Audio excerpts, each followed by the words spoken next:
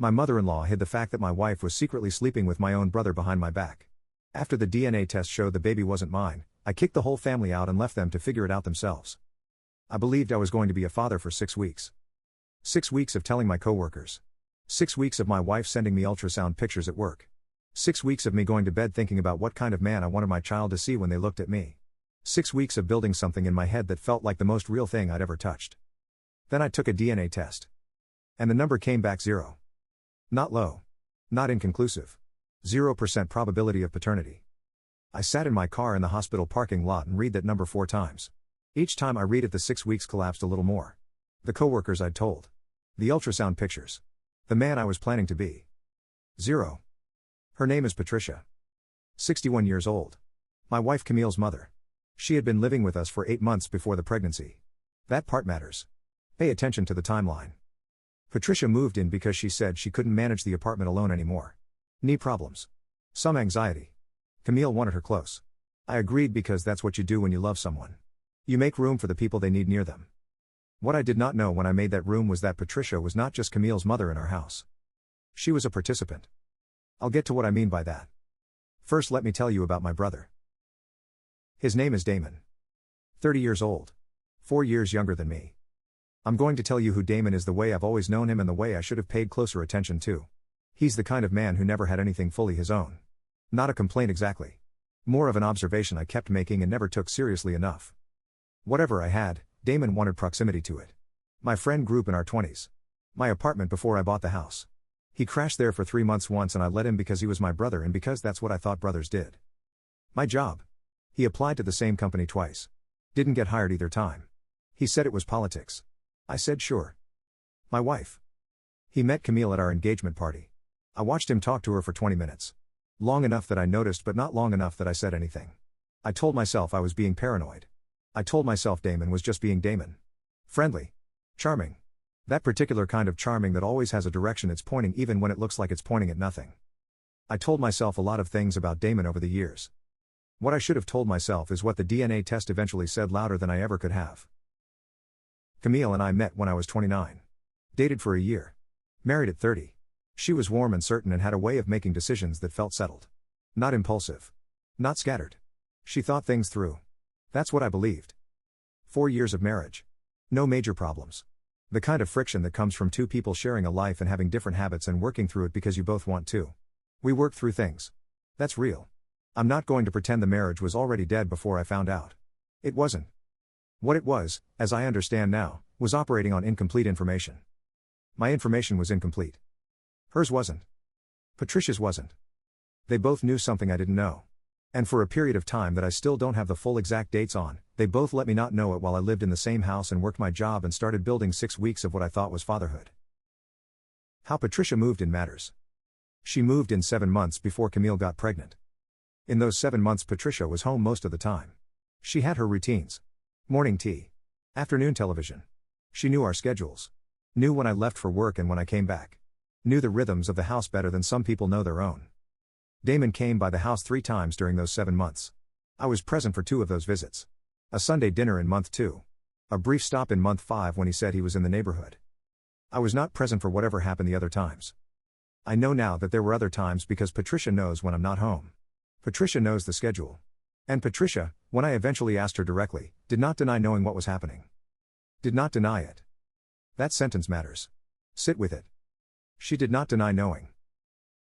The pregnancy announcement came on a Thursday evening. Camille made dinner. Set the table differently than usual. Had that particular kind of energy that means something is coming. I noticed it and thought it was something work-related. A promotion she'd been angling for. She put a small box on the table when I sat down. I opened it. A positive test inside. Already taken. I looked up. She was smiling. Patricia was in the doorway of the kitchen with her hands over her mouth doing the grandmother reaction. Already in position. Already performing the moment. I stood up and hugged Camille. I said, "When did you find out?" She said, "This morning. I wanted to tell you like this." I said, "How far along?" She said, "I think maybe 5 or 6 weeks." I said, "We need to make an appointment." She said, "Already scheduled. Next Thursday." I hugged her again. Patricia came out of the doorway and hugged us both. Said something about a grandchild. Said something about being so happy. Standing there in that kitchen. The three of us. Two of them knowing something. One of me not knowing anything. That's what it looked like. I want to be honest about why I took the DNA test. Because some people assume you take it out of suspicion. Out of jealousy or insecurity or a pre-existing distrust of your wife. That's not why I took it. I took it because of a comment. Damon came by 3 weeks after the pregnancy announcement. Said he heard the news. Congratulated me. We sat in the living room and talked for 20 minutes. When he left, he stopped at the door. He looked at me in a way I hadn't seen from him before. Not warm. Not cold. Something in between. A look that had too much in it. Like someone who is holding a thing very carefully because they know it's fragile. He said, "You're going to be a great dad. You really are." And then he left. I stood at the closed front door for about a minute. Something about the way he said it. Not congratulations. Not I'm happy for you. You're going to be a great dad. Like he was offering comfort. Like he was preparing me for something and couldn't help himself. I thought about that look for 4 days. On day 5 I ordered a prenatal paternity test online. It required a cheek swab from me. A blood draw from Camille, which I arranged by asking her doctor to add a specific test to her standard prenatal blood work, describing it as a genetic screening I'd read about. She agreed without questioning it. Her doctor explained it as routine. It wasn't routine. Results came back 18 days later. 0% probability of paternity. I read it in the parking lot. 4 times. Then I drove home and made dinner and sat across from Camille and Patricia and ate the food and answered questions about my day and laughed at something Patricia said. Then I went to bed. I lay there in the dark and I made a plan. The plan took 10 days. I did not tip my hand to anyone during those 10 days. Not to Camille. Not to Patricia. Not to Damon. I moved through the house the same way. Work. Dinner. Evenings. Normal. What I was doing underneath that normal. Day 1 and 2. I called an attorney. Family law. A woman I'd been referred to by a colleague who'd been through a divorce 2 years prior. 2 conversations. Understood the landscape. Understood what I was walking into and what the process looked like. Day 3. I documented. Everything I had. The DNA test results. Printed and photographed. The timeline of Damon's visits. What I could piece together. The look at the front door. The specific words. You're going to be a great dad. Day 4. I called my parents. Not to tell them everything. To ask a specific question. I asked my mother if Damon had ever said anything to her about Camille. Her pause before answering told me something. The content of her answer told me more. She said, Damon mentioned something once. Said he thought Camille was, and then she stopped herself. Said, why are you asking? I said, I need to know what he said. She said, he said he thought she was something special. I told him that was inappropriate and he laughed it off. Why? Andre, what is going on? I said, I'll explain soon. Don't say anything to him. Day 5 through 8. I made arrangements. Called my bank. Understood the account structure and what I could and couldn't move before a legal filing. Called the attorney back with specifics. Started the paperwork. Day 9. I had a conversation with my landlord. The house was a rental. Lease in my name only. Had been since before the marriage. I understood what that meant for what came next. Day 10. I was ready. I confronted Camille on a Saturday morning. Patricia was home. I had decided she would be.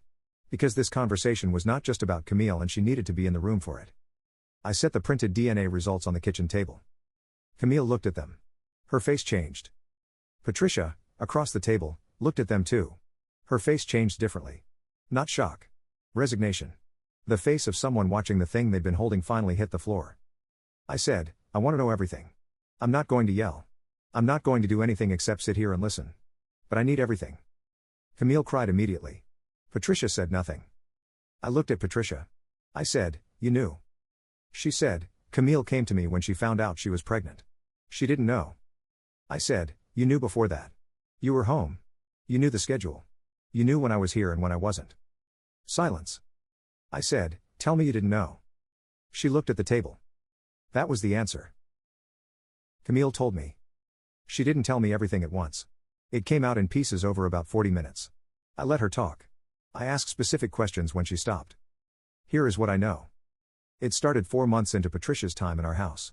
Damon came by on a Tuesday when I was at work. Patricia was home. Camille was working from home that day. Patricia, per what Camille eventually said, left to run errands about an hour after Damon arrived. Left to run errands. With her son-in-law at home and her daughter's brother-in-law also at home. Ran errands. I want you to understand what I understood in that moment. Patricia didn't just know. Patricia created the window. At least once. Maybe more than once. She made herself absent at the moment absence was most useful to a situation she had already decided she wasn't going to interfere with. That's not passive knowing.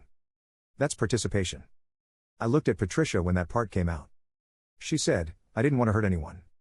I said, you created the window. She said nothing. I said, you were in this house when it happened. You knew the schedule. You arranged to be absent. And then when Camille came to you pregnant and didn't know whose it was, you helped her decide to let me believe it was mine. She said, she was scared. I was trying to protect my daughter. I said, you were protecting yourself. Protecting your place in this house. Your access to this pregnancy. Your role as grandmother to a child you knew might not even be biologically connected to your daughter's husband. She started to cry. I stood up. I said, I'm going to ask you both to leave. Today. Not at the end of the week. Today. Camille said, Andre, we have nowhere to go. I said, that's not something I caused. She said, I'm pregnant. I said, I know. The baby has a biological father. He can figure out what that means for housing. She said, you can't just put us out. I said, the lease is in my name. Has been since before the marriage. I've spoken to my attorney. I've spoken to the landlord. You have no legal claim to this residence. I'm asking you to leave today as a courtesy. If you're not gone by this evening, my attorney files paperwork Monday morning. Patricia said, where are we supposed to go? I said, Patricia. You created the window. You protected the lie for 6 weeks while I thought I was going to be a father. You sat at this table and ate food I paid for and helped my wife let me believe something that wasn't true. You don't get to ask me where you're supposed to go. She looked at me. I said, call Damon. He created this situation too. He can figure out what it means. I picked up the DNA results from the table. Folded them. Put them in my jacket pocket. I said, I'm going to give you 4 hours. I'll be back at 3 p.m. I need you to be gone. I left. Drove to my parents' house. Sat with my mother for 2 hours and told her everything. She cried. She said she was so sorry. She asked what she could do. I said, nothing right now. I just needed to be somewhere that was real. She made me tea. We sat at her kitchen table. Same table I'd sat at my whole life. I looked at it and thought about how quickly the things you build can turn out to be something different than what you thought you were building. At 2:45 I drove back to the house. They were gone. Not completely gone. Some things still there. Clothes. Some of Patricia's kitchen items. Things that would need to be retrieved. But they were gone from the house. Camille had left her key on the counter. Patricia had not. Her key was missing. I called my attorney Monday morning. Paperwork was filed by end of day. Lock was changed Monday afternoon. Patricia called me 3 times Monday. I didn't answer. She left one voicemail. Said she had things still in the house and needed to arrange pickup. I texted my attorney's number. Said all correspondence through here. That was the last direct contact. Damon. I called him Monday evening. After the attorney. After the lock. When the immediate practical things were handled and I had some stillness to work with. He answered on the 3rd ring. I said, I know. He said, Andre. I said, DNA test. 0%. I know about the Tuesdays. I know about Patricia running errands. I know all of it. Silence. I said, I don't want an explanation. I don't want an apology. I don't want any of the conversation people have in this situation where the person who did it tells the person who got hurt how complicated it was and how it wasn't planned and how they never meant for it to go this far. I've heard enough of that today. He said, I'm sorry. I said, I know you are. I want you to know that sorry doesn't create a path back into my life. What you did is what it is. You made your choice with my wife in my house. Now you have a child on the way with a woman who is married to your brother. You get to figure out what that means. I'm done figuring it out for you. He said, please. You're my brother. I said, I know what I am. I've always known. I've always shown up. I've always made room. That's what I've been for 30 years. I made room for you in my apartment. I made room for you at my wedding. I made room for you in my life every time you needed somewhere to land. I stopped. I said, I'm done making room. I hung up. Sat in the quiet of the house for a long time after that. My parents' position. I want to be clear about this because it matters and because it was different from the families and other situations I'd heard about. My parents did not tell me to forgive Damon. My mother did not say let him be happy. My father did not call me and tell me family is complicated. They did not protect Damon from the weight of what he'd done. My father called me the morning after I told my mother. He said, your mother told me. I need you to know that your brother's actions have no defense in this family. None. He said, what do you need from us? That's it. No negotiation. No it takes two or your marriage must have had problems. No trying to smooth it over. Just, what do you need? I said, I need time to process and I need to know you're not reaching out to him on my behalf. He said, understood. My father went 3 weeks without calling Damon. I know this because he told me. Said Damon called twice in that time. He didn't answer. When he finally did answer, 3 weeks later, the conversation lasted 7 minutes and ended with my father saying what you did to your brother is something you're going to carry for a long time. I hope you understand that. I'm telling you this because my parents understood something that some families don't. That absorbing a betrayal for the sake of family comfort is not loyalty. It's complicity. They didn't want to be complicit. So they weren't. That mattered to me more than I can fully say. The divorce took 6 months. Camille's attorney pushed in a few places. Not many. The asset situation was relatively clean because the lease was in my name only and the major financial accounts were structured in ways my attorney had prepared me for. We didn't have children together, legally. The pregnancy was not a factor in the divorce itself because the child was not mine biologically and I had not signed any birth documentation. That last part. I want to explain it clearly. The baby was born in the spring. A girl. Damon is the biological father. The birth certificate reflects that. I was not present. Was not asked to be present. Had my attorney confirmed clearly beforehand that I had no legal obligation and no legal connection to this child. I wish her no harm. She's an infant. She didn't choose the circumstances she was born into. But she is not my child. She was never my child. And the 6 weeks I spent believing otherwise are something I've worked through in therapy and will not get back. Camille and Damon are not together. I found this out through a mutual contact in month 4 after the divorce was filed. Apparently the relationship that destroyed my marriage was not particularly stable when it had to operate in daylight instead of in the windows Patricia created. Turns out what they had was specific to the container it lived in. Same story, different cast. I don't celebrate that. I just note it. Patricia's situation. She and Camille are living together in a 2-bedroom apartment. I know this because the attorneys required a forwarding address for the remaining items from the house. Patricia included her name on the lease documentation. She is in the apartment she shares with her daughter and her daughter's infant. An apartment that is not the house she had been living in rent-free for 8 months. An apartment that does not have my income funding its stability. She has called me twice since the day I told her to leave. Both calls went unanswered. I have not blocked her because I don't think about her enough to take that action. The calls come. I look at the screen. I put the phone back down.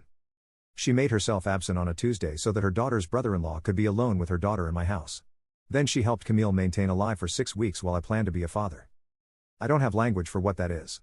Maternal protection is the phrase she used. What I know is that it looked like a woman deciding that her comfort and her daughter's comfort were worth more than the truth that belonged to me. That calculation led here. This is here.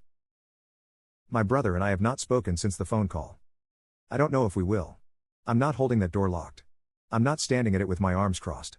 I'm just living my life and the door is not something I'm thinking about regularly. What I think about when I think about Damon is the pattern. The apartment. The job applications. The 20-minute conversation with Camille at the engagement party that I noticed and explained away. The look at the front door. You're going to be a great dad. That look was not a man feeling guilty. That was a man who couldn't fully contain what he knew and let it come out sideways in 4 words that landed on me for 4 days until I couldn't ignore them anymore. In a strange way I should probably thank him for that look. If he'd been better at containing it I might not have ordered the test when I did. I might have spent 9 more months believing something that wasn't true. I might have been in the delivery room. He couldn't contain it and I saw it and I acted on what I saw. That's the one thing in this situation I'll give him credit for. He was bad at hiding it.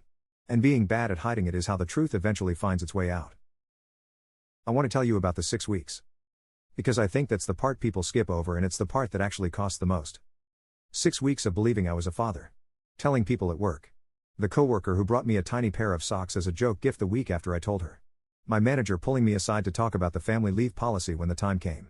The weekend I spent reading about infant sleep schedules, not because I was anxious, because I was interested. Because I was starting to become someone new. That person. The one who was becoming a father. He doesn't exist. He got billed for 6 weeks on a lie and when the lie ended he ended with it. I went to therapy in month 3 after finding out. My therapist asked me to talk about the 6 weeks. I said I'd rather not. She said that's usually where the real work is. I said I know. She said, when you're ready. I got ready around month 5. What I found when I talked about it was grief I hadn't expected. Not for the marriage exactly. Not even for Camille or the specific situation. Grief for a version of myself that almost existed. The man who was going to be a father. The specific quality of hope that comes with that. The way it made me feel solid and purposeful in a way I hadn't felt before. That version of me was built on someone else's lie. And when the lie fell apart, that version fell apart too. I'm building a different version now. On accurate ground. On things I know to be true. That takes longer than 6 weeks. But it holds better. The house is rented to a new tenant now. I gave my notice to the landlord in month 2 after the divorce. Couldn't keep living there. Too much history in the walls. Too much of the stage set still in place. I found a 2-bedroom apartment on the other side of the city. Quiet building. Good light. The kind of place that doesn't have any history yet. Which is exactly what I needed. I started over in the new place with furniture I picked out myself. A couch I liked instead of the one we'd compromised on. A kitchen table that seats 2 comfortably instead of the one that seated 4. Small things. Things that add up to a life that is clearly mine in a way the other one stopped being when I didn't notice. I have a friend named Malcolm who lives 4 blocks away. We have standing Wednesday dinners. His wife cooks and I bring something from the bakery on my block and we sit at their table and talk about work and sports and nothing important.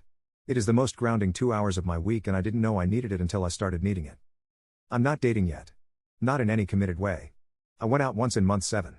It was fine. Nothing came of it. I'm not in a hurry. I spent 4 years in a marriage that was operating on incomplete information. I'm taking my time making sure the information I have now is accurate before I add anyone new to it. Here is what I know about the DNA test. It is a $99 kit or a $150 medical order and it is the most important thing I've ever spent money on. I know that sounds stark. I know there are people who will say that's a cynical way to think about trust in a marriage. That you can't live inside a relationship while also taking steps to verify what you're being told. What I say to that is, I didn't take the test because I distrusted Camille in general. I took it because Damon stood at my front door and looked at me in a way that had too much in it. And I had learned, in 30 years of knowing him, that when Damon couldn't fully contain something it was because there was something real he was trying to contain. I followed that instinct. The instinct was right. You don't take the test because you're suspicious.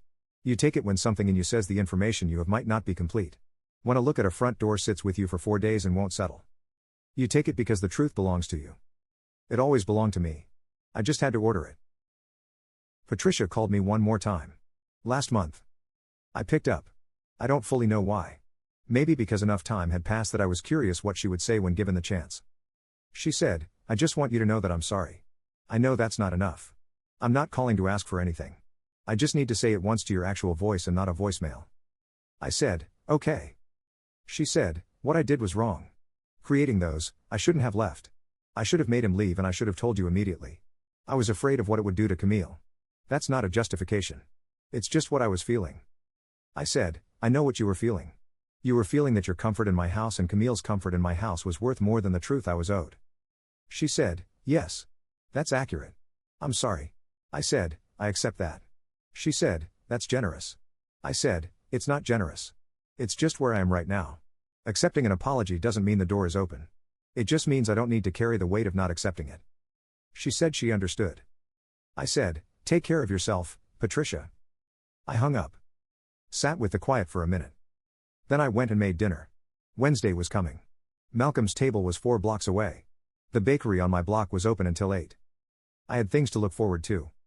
That's what accurate ground looks like when you're finally standing on it. 0%. That's what the test said. That's the number that started everything. 0% probability that the child my wife was carrying was mine. 0% of the future I had built in my head for 6 weeks. 0 of the version of myself that was becoming a father on a lie. I took the test because a look at a front door wouldn't settle. I acted on what the test said because the truth belongs to the person whose life it's about.